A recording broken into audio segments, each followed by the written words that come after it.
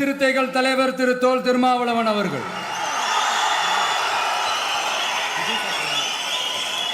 அவங்களால இன்னைக்கு வர முடியாம போச்சு.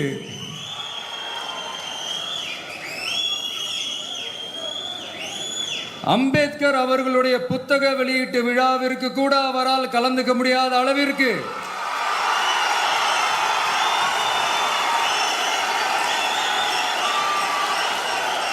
கூட்டணி கட்சிகள் சார்ந்து எவ்வளவு பிரஷர் இருக்கும் என்று என்னால் யூகிக்க முடிந்தாலும் நான் இப்ப சொல்றேன், அவருடைய மனசு முழுக்க முழுக்க இன்னைக்கு நம்மளோட தான் இருக்கும். எல்லோருக்குமான தலைவர் அம்பேத்கர் நூலை வெளியிட்டவர், அவரை சிறப்புரை ஆற்ற அழைக்க வேண்டாமா? தமிழக வெற்றி கழகத்தின் தலைவர் திரு விஜய் அவர்களை அழைக்கிறோம். Sir, please join us sir.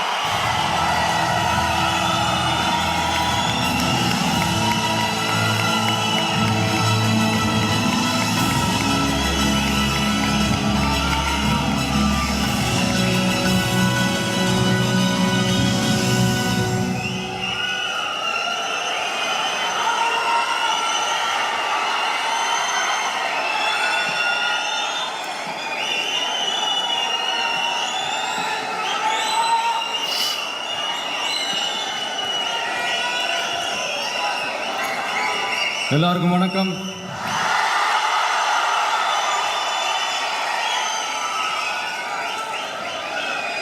அண்ணல் அம்பேத்கர் அவர்களுடைய இந்த நூல் வெளியீட்டு விழாவில் கலந்துக்கிறது, அதுவும் இந்த முக்கியமான நாளில் கலந்துக்கிறது எனக்கு கிடைச்ச மிகப்பெரிய ஒரு வரமாக நான் நினைக்கிறேன்.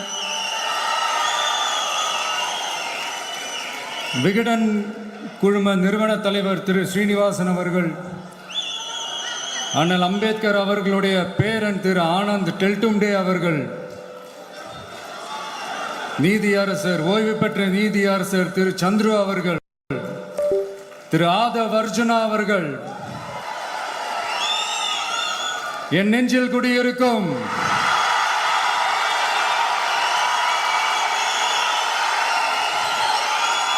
என்னுடைய நண்பா நண்பிகள், தோழா தோழிகள்,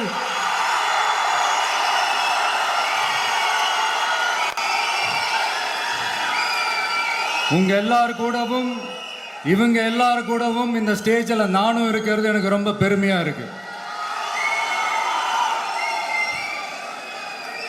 முக்கியமா இப்படி ஒரு ஃபங்க்ஷனை ஏற்பாடு பண்ணி எனக்கு அந்த வாய்ப்பை கொடுத்த விகடன் குழுமத்திற்கு என்னுடைய மனமார்ந்த நன்றிகளை தெரிவிச்சுக்கிறேன்.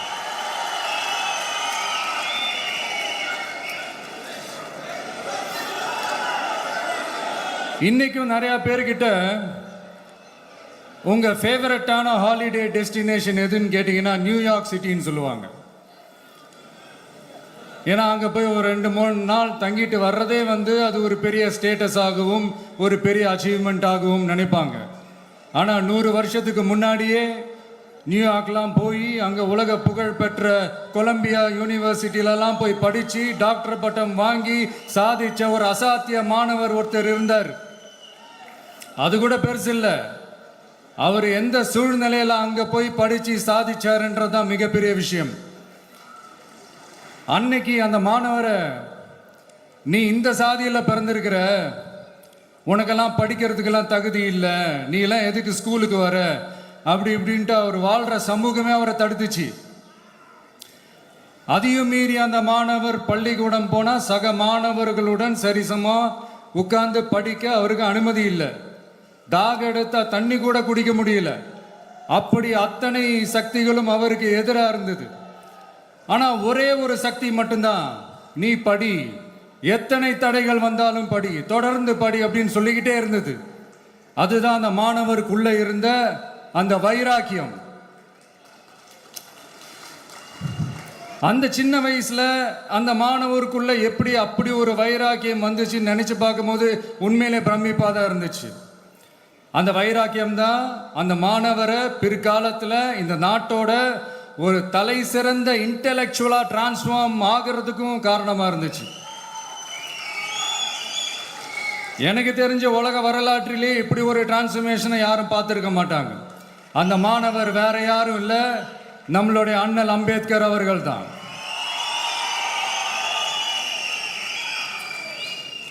வன்மத்தை மட்டுமே தனக்கு காட்டிய இந்த சமூகத்திற்கு அவர் திருப்பி என்ன செஞ்சாரு அப்படின்னு அதை படித்து பார்க்கும்போது உண்மையிலே மெய்சில் இருக்க வச்சுது. பிறப்பால் நாம் அனைவரும் சமம். நீ எந்த சாதியில் பிறந்திருந்தாலும் எந்த மதத்தை பின்பற்றினாலும் சட்டத்தின் முன் நாம் அனைவரும் சமம் அப்படிங்கிற ஒரு உயரிய கோட்பாட்டை உறுதி செய்யும் நம் நாட்டின் அரசியல் சாசன சட்டத்தை வழங்கி நம்ம நாட்டில் இருக்கிற எல்லாருக்குமே ஒரு பெருமை தேடி தந்தவர். இன்னைக்கு ரிலீஸ் பண்ற இந்த புக்கில் எல்லோருக்குமான தலைவர் அம்பேத்கர் அப்படின்ற அந்த புக்கில் ஒரு 100க்கும் மேற்பட்ட கட்டுரைகள், நேர்காணல்கள் எல்லாமே இருக்குது. அதில் என்ன ரொம்ப யோசிக்க வச்சது அவர் எழுதின அந்த பயோகிராஃபி தான். வெயிட்டிங் ஃபார் அ வீசான்னு சொல்லி அதுக்கு தலைப்பு வச்சிருந்தார். அதில் அவர் லைஃப்பில் ஃபேஸ் பண்ண விஷயங்கள், அவரை பாதித்த விஷயங்கள் எல்லாமே கிட்டத்தட்ட ஒரு 6 சம்பவங்கள் பற்றி அதில் குறிப்பிட்டிருந்தார். அதில் ஒரு 2 விஷயம் என்னை ரொம்ப பாதித்தது என்னென்னா, அதில் ஒன்று, அவருக்கு 9 இயர்ஸாக இருக்கும்போது அவரும் அவருடைய பிரதரும் வெளியூரில் இருக்கிற அவங்க அப்பாவை பார்க்குறதுக்காக போகிறாங்க. அப்போ ட்ரெயின்லேருந்து இறங்கி இந்த மாட்டு வண்டிக்காக வெயிட் பண்ணிகிட்டு இருக்கும்போது ஒருத்தர் கூட அவங்கள ஏற்றிட்டு போகிறதுக்கு தயாராக இல்லை. ஏன்னா அந்த அளவுக்கு தீண்டாமை கொடுமை. அப்புறம் கொஞ்சம் எக்ஸ்ட்ரா பணம் காசெல்லாம் கொடுக்குறோன்னு ஒரு வண்டிக்காரர் ஒத்துக்கிறார். அப்போ கூட அந்த வண்டிக்காரர் என்ன பண்ணுறாருன்னா, அந்த பசங்களை வண்டி ஓட்ட சொல்லிட்டு இவர் தீட்டுப்பட்டுடும்னு சொல்லி வண்டியில் ஏறாமல் நடந்து போகிறார். அந்த நாள் முழுக்க அந்த பசங்களுக்கு குடிக்க தண்ணி கூட கொடுக்காம அந்த டிராவல் எவ்வளவு கொடுமையாக இருந்துச்சுன்னு சொல்லி அதில் மென்ஷன் பண்ணியிருந்தார்.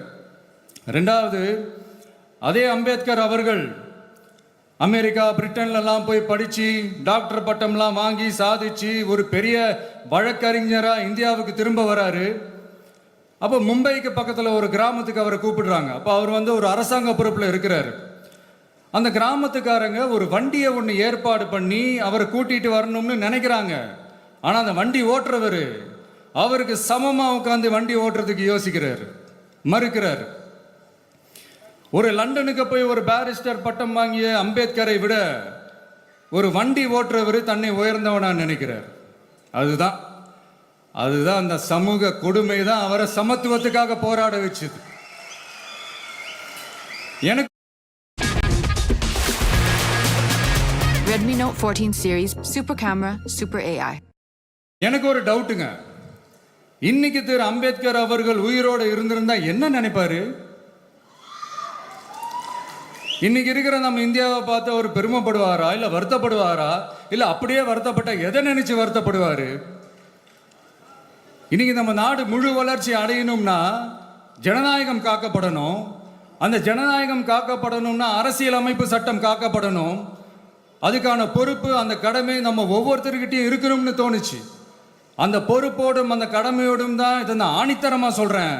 ஜனநாயகத்தை நாணிவேர் ஃப்ரீ அண்ட் ஃபேர் எலெக்ஷன்ஸ், சுதந்திரமான மற்றும் நியாயமான தேர்தல். தேர்தல் நியாயமாக நடக்கலைன்னு நான் சொல்ல வரல, பட் சுதந்திரமாகவும் நியாயமாகவும் தான் தேர்தல் நடக்குது அப்படிங்கிற அந்த அசைக்க முடியாத நம்பிக்கை நம்ம ஒவ்வொரு இந்தியனுக்கும் இருக்கணும்னு தோணுச்சு. அது அமையணும்னா தேர்தல் ஆணையர்கள் கான்சென்சஸ், அதாவது ஒருமித்த கருத்து அடிப்படையில் மட்டும்தான் நியமிக்கப்பட வேண்டும் அப்படின்றதான் என்னுடைய ஒரு வலிமையான ஒரு கோரிக்கை. 2வது, ஏப்ரல் 14 அண்ணல் அம்பேத்கர் அவர்களுடைய பிறந்த நாள். அன்னைக்கு தான் நம்ம ஒட்டுமொத்த இந்தியர்களுக்குமான ஜனநாயக உரிமைகள் பிறந்த தினம். அதனால் அந்த டேட்டை இந்தியாவோட ஜனநாயக உரிமைகள் தினமா அறிவிக்கணும்.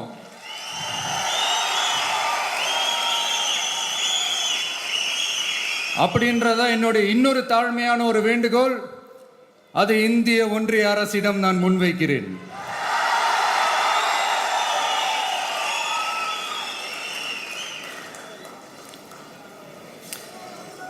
அம்பேத்கர் அவர்களை பற்றி யோசிக்கும் போது கண்டிப்பாக சட்டம் ஒழுங்கு, சமூக நீதியை பற்றி யோசிக்காம இருக்கவே முடியாது. இன்னைக்கு மணிப்பூரில் என்ன நடக்குதுன்னு நம்ம எல்லாருக்குமே தெரியும். ஆனால் அதை பற்றி கொஞ்சம் கூட அதை கண்டுக்காம ஒரு அரசு மேல இருந்து நம்மளை ஆண்டுகிட்டு இருக்கு.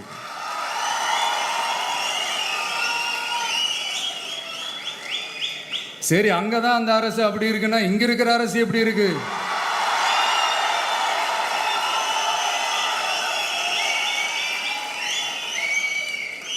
இங்க நம்ம தமிழ்நாட்டில் வேங்கை வயல்னு ஒரு ஊர்ல என்ன நடந்துச்சுன்னு நம்ம எல்லாருக்குமே தெரியும். சமூக நீதி பேசுற இங்க இருக்கிற அரசு அதுக்கு எந்த விதமான ஒரு நடவடிக்கை எடுத்த மாதிரியே எனக்கு தெரியலையே. இவ்வளவு காலங்கள் தாண்டி, இத்தனை வருஷங்கள் தாண்டி ஒரு துரும்ப கூட கிள்ளி போடலையே. அதுதான் இதெல்லாம் இன்னைக்கு அம்பேத்கர் அவர்கள் இன்னைக்கு பார்த்தாருன்னா வெக்கப்பட்டு தலை குனிஞ்சு போவார்ல. கரெக்ட், நம்ம நடக்கிற பிரச்சனைகள், நடக்கிற கொடுமைகளுக்கெல்லாம் நம்ம குரல் கொடுக்கணும். ஆனா நடக்கிற பிரச்சனைகள் ஒன்னா ரெண்டா? பெண் குழந்தைகளுக்கு எதிரா, பெண்களுக்கு எதிரா, ஏன் மனித உயிர்களுக்கு எதிரா? இதெல்லாம் நம்ம பார்க்கிறோம், படிக்கிறோம், மற்றவங்க கிட்ட இருந்து கேட்டு தெரிஞ்சுக்கிறோம். இதுக்கெல்லாம் ஒரு நிரந்தரமான ஒரு தீர்வு என்ன தெரியுமா? ரொம்ப சிம்பிள் தான். நம்ம தமிழ்நாட்டு மக்களுக்கு தேவையான அடிப்படை வசதிகளை பாதுகாப்புடன் முறையாக முழுமையாக அளிக்கும் மக்களை உண்மையாகவே நேசிக்கிற ஒரு நல்ல அரசு.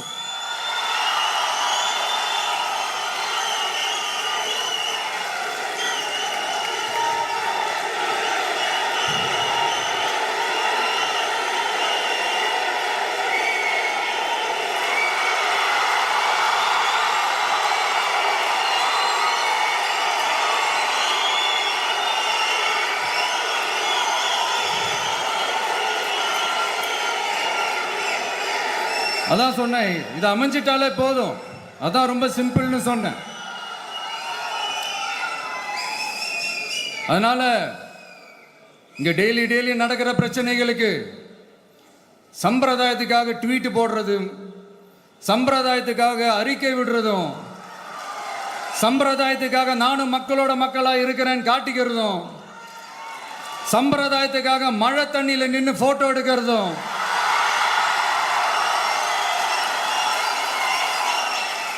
எனக்கு அதுல கொஞ்சம் கூட உடன்பாடே இல்லை. பட் என்ன பண்றது, நம்மளும் சம்பிரதாயத்துக்காக சில நேரத்தில் அந்த மாதிரி செய்ய வேண்டியதா போயிடுது.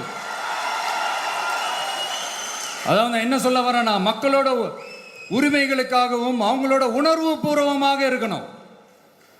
என்ன ஒவ்வொருத்தரும் அவங்க குடும்பத்தில் ஒருத்தனா நினைச்சிட்டு இருக்கிற அவங்க தமிழ்நாட்டில் அவங்களுக்கு எங்க என்ன பிரச்சனை நடந்தாலும் அவங்களோட உரிமைகளுக்காகவும் அவங்களோட உணர்வு பூர்வமாக இருப்பேன். எப்பவுமே அப்படிதான் இருப்பேன்.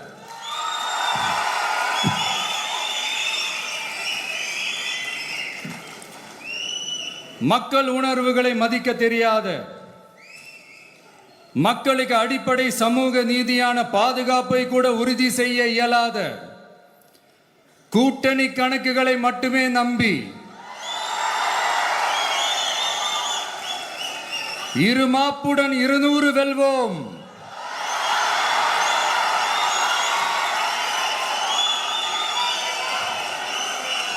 என்று எகத்தால முழக்கமிடும் மக்கள் விரோத ஆட்சியாளர்களுக்கு என் மக்களோடு இணைந்து நான் விடுக்கும் எச்சரிக்கை,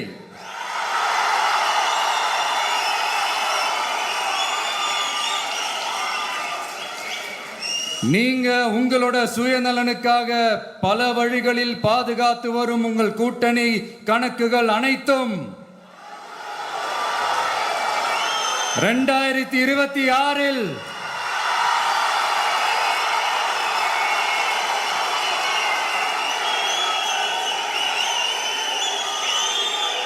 மக்களே மைனஸ் ஆக்கி விடுவார்கள். மக்களே மைனஸ் ஆக்கி விடுவார்கள். மக்களே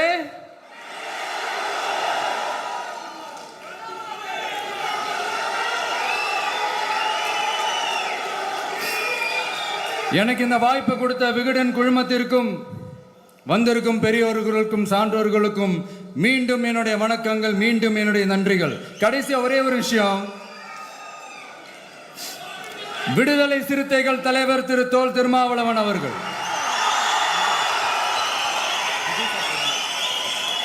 அவங்களால இன்னைக்கு வர முடியாம போச்சு.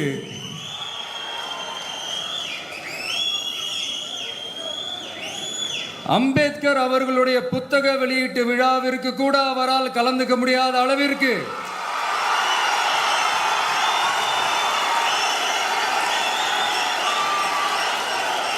கூட்டணி கட்சிகள் சார்ந்து எவ்வளவு பிரஷர் இருக்கும் என்று என்னால் யூகிக்க முடிந்தாலும்